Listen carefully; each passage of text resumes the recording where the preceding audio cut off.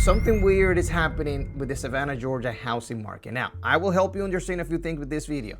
Number one, are we on a buyer's market? Yes or no? Are prices going down or are they going up? Okay. How much is the monthly payment nowadays with these interest rates, which is the number one problem, by the way. Okay, we're gonna go over that. We're gonna go over the top 5 areas that people are buying and much more. Now, to answer the first question, are we on a buyer's or a seller's market? The answer to that is this: we are on a buyer's market based on data, which is we have over 6 months worth of inventory. Okay, if you compare the amount of homes available compared to how many people are buying, that number totals 6 months. Okay, so it would take about 6 months for us to run out of houses if everyone keeps buying and no one keeps selling. Okay, that is basically what it means. Number two, how long are they taking to sell? Right, this applies more for sellers. If you are a homeowner in this area and you want to know how quickly are they selling, normally in this area they're taking about 50 days. So just count on 2 months before you go under contract and sell. And now, for all of you guys that have read a bunch of national headlines about the market crash and all of that, let me tell you this: here in this area, the amount of sales only went down, meaning it decreased by 10%. Okay, so we still had 90% of the same activity compared to last year in 2024. No big market shift, none of that. Only 10% fewer sales. And now that we're talking about sales, that connects to the next question, which is, where are people buying? Like, where are people buying the most? Okay, well, number one is in Richmond Hill, Georgia. Now, there's something curious about Richmond Hill that I'm about to tell you later, but the number one zip code in the entire market is Richmond Hill. Okay, and this is strictly about residential. Okay, number two is Pooler. Number three is the South Savannah area, which is zip code 31419. Okay, number four is Port Wentworth, and number five, believe it or not, is Guyton, Georgia. Okay, Guyton right there in Effingham County. Now, something that I noticed about the top 5 areas is the following. Believe it or not, in Richmond Hill and in Pooler, Georgia, the median price went down, right? If you look at the data, right, I got my laptop here with me. I spent hours this morning doing some research on this. But in Pooler and in Richmond Hill, prices didn't go up at all this year. They actually went down. In Pooler, the median price last year, 2024, was $369,000. And this year, 2025, it was $350,000. That is a decrease, meaning it went down 5.2%. Now, on the other hand, Richmond Hill, which is the number one area in the entire Savannah Metro, okay? When I say Savannah Metro, if you're not familiar, I'm talking about the 3 counties: Chatham County, Bryan County, and Effingham. Richmond Hill, like I said, is the number one zip code in the entire market right now.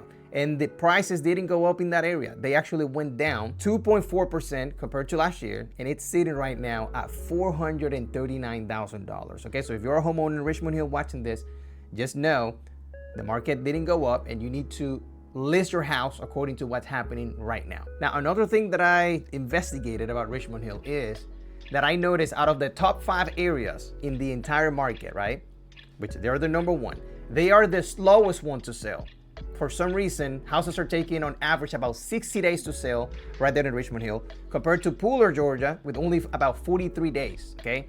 Now, out of the top 5, meaning Richmond Hill, like I said, Richmond Hill, Pooler, South Savannah, Port Wentworth, and Guyton, the fastest one is Port Wentworth, okay? Port Wentworth is where houses are selling the fastest out of the top 5 areas. Now, if you look at the market in general in Chatham County, prices only went up 1%. Like I said at the beginning, not a market shift, not a market crash. It's more like a almost stagnant, not moving too much. Now, let me talk to you about new constructions. I get calls of people mostly looking for new construction homes, okay? Now, only about 22% of the inventory is new construction. Now, out of that 22% of the inventory, you have about 86% of them, meaning 86% of them are on an HOA, okay? So if you're looking for a new construction without an HOA, it's probably not gonna happen as easy as you think, okay? Now, if you're looking for a new construction without an HOA, you can go to Liberty County, meaning Midway or Hinesville or even Ludowici, and you can find new construction homes without an HOA. They have about 53% of the inventory of new construction are literally under $300,000.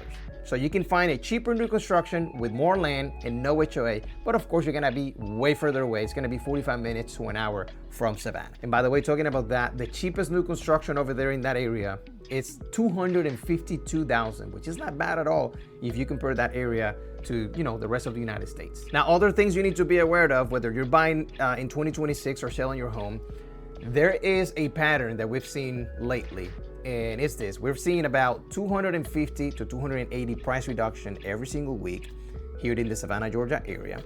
And also we've seen other people, meaning other homeowners, that are taking the home off the market, right? Not even reducing the price, they're just giving up, taking the home off the market. And that happens on average about 60 homes, right? 60 homeowners every single week, they take the home off the market after not selling at all. Now, as you know, 2026 is here, okay? If you go online, you're gonna see a bunch of predictions, people talking about the interest rates and about, you know, prices. Those are like the top two most fundamental things that people cared about.